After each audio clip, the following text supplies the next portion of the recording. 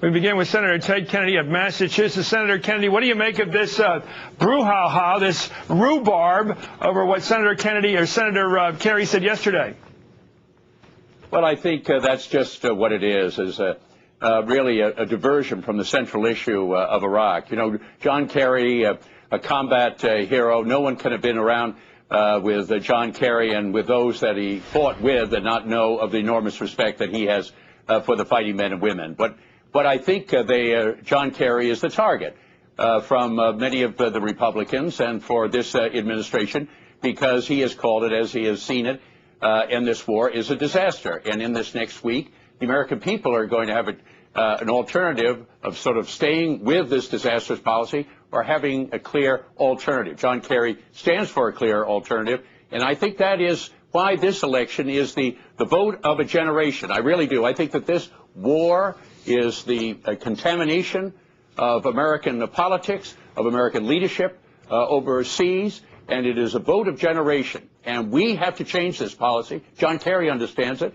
The Democrats understand it. And I think the American people are going to speak at the election time on this issue. We ought to get refocused on what the threat is to the United States, and that is al-Qaeda and Osama bin Laden, and bring this changed policy in Iraq. Senator, let's listen to what President Bush had to say about this very point yesterday. Democrat goal is to get out of Iraq. The Republican goal is to win in Iraq.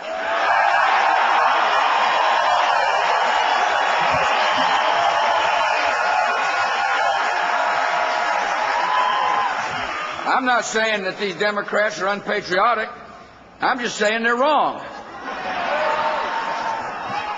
You can't win a war unless you're willing to fight the war.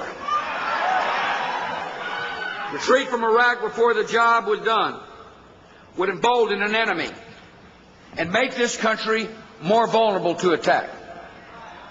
Would allow the terrorists to gain a new safe haven, which is precisely what they said is part of their plan in Iraq. Senator Kennedy, your reaction to the president's charge that if our troops pull out of Iraq, we've created a safe haven for al-Qaeda? Well, the president is arguing for continuing a disastrous policy. Just doing more of the same is not a changed or an altered policy. This policy has to be altered and changed. And it isn't just the Democrats that are saying it, Republicans are saying it.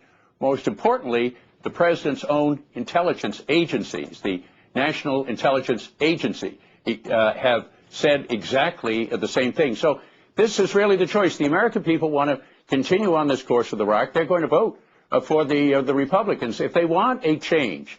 The change being that you're going to get free our country from the kind of leadership that Rumsfeld has provided. Secondly, that we're going to get the Iraqis to free themselves from the death squads and the militias. Thirdly, we're going to bring in the international community. And fourth, we're going to begin the redeployment of American troops and start bringing them home. Unless we do that, you're going to have more of the same.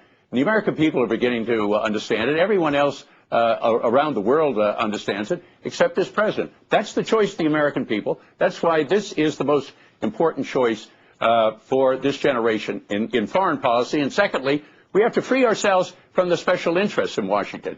This administration, this Congress, this Republican leadership basically are the spokespeople for the major special interests.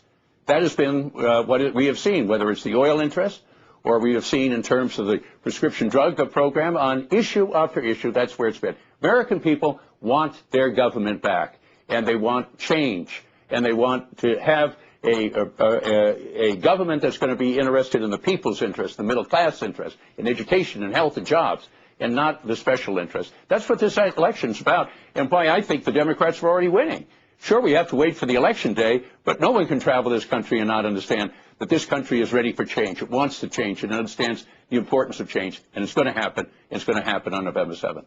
Let me ask you, after November 7th, if you're right, Senator, and the Democrats do have a big win and win back both houses of Congress, give me a shopping list of what you Democrats can get done in a year that the American people will have on their table. Reality. What economic reality will they have on their table after a year of Democrats in control of Congress? Well, I think, first of all, and if we're able to recapture the Senate in our Human Resource Committee, we would have the increase in the minimum wage for Americans who haven't had a raise in 9 years. That will happen, and it'll happen very quickly.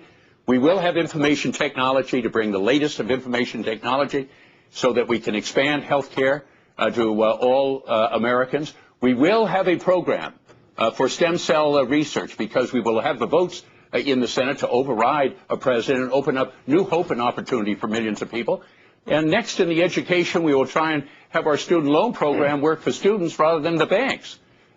These are some of the things that we can do in health and in education, in research, that we can do just in our committee alone.